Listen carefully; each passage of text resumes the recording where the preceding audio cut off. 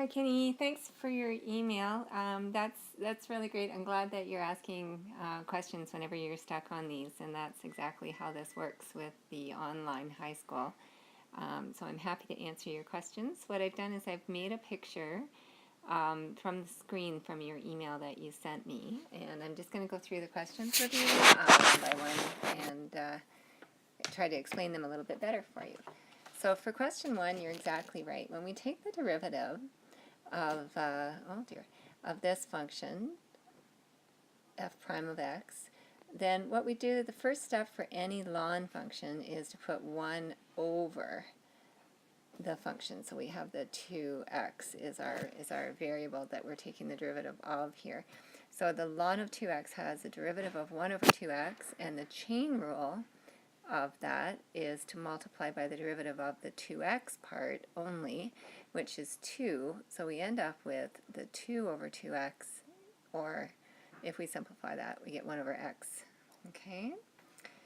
So going on to the next question, with this one, you've got 2x squared plus 4.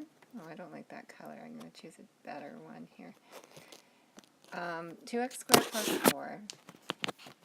And so your derivative of that is just going to be 4x.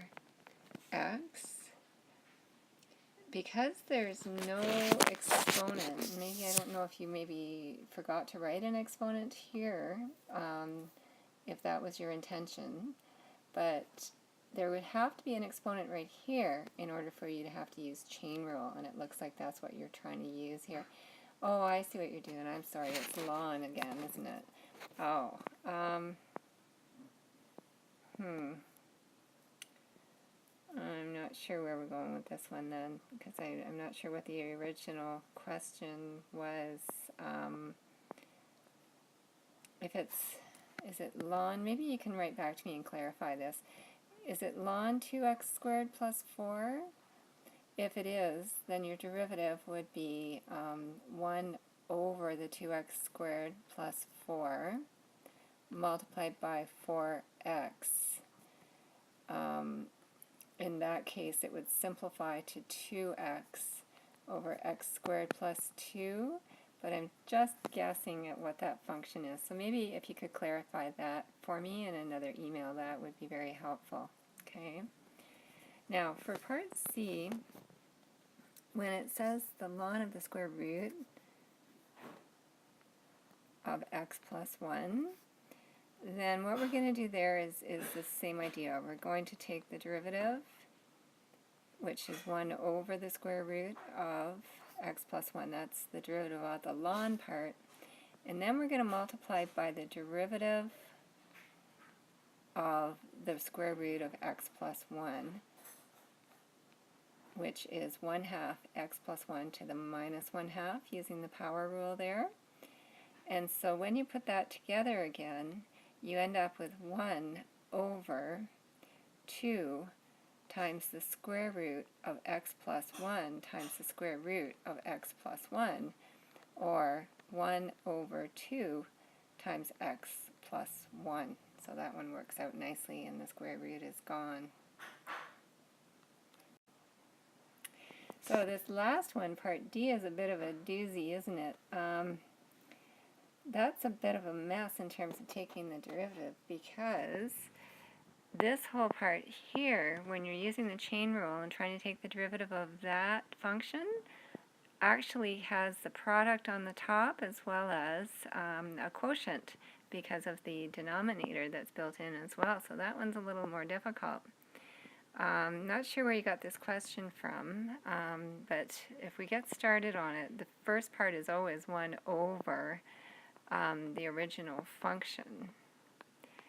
And if we do 1 over a fraction, what it really does is it flips it. So on the next line, you're going to end up with the reciprocal function.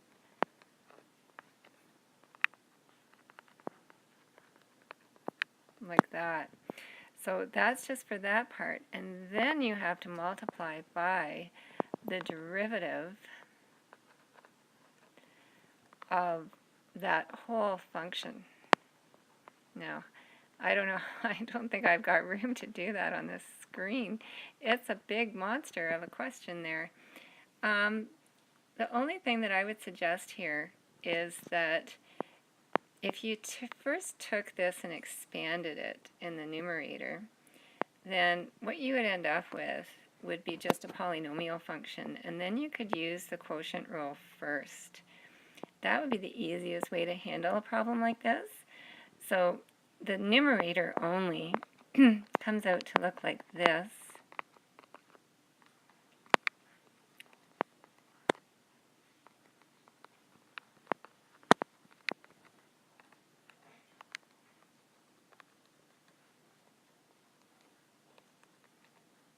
So that's the numerator expanded. And my suggestion to you would be to take this and substitute it into the numerator and then use the quotient rule to find the derivative for the chain rule function on this one. That's really the easiest way. When you have both the product and the quotient rule in a question, there usually is a better way to approach it. Otherwise, you have to do the two separately. I would do the product rule first for the derivative on the top, and then it makes it very complicated when you're trying to do the quotient rule. So I would stick with simplifying the numerator, and then once you've got this polynomial expression for the numerator, I would just use the quotient rule to find that derivative, okay?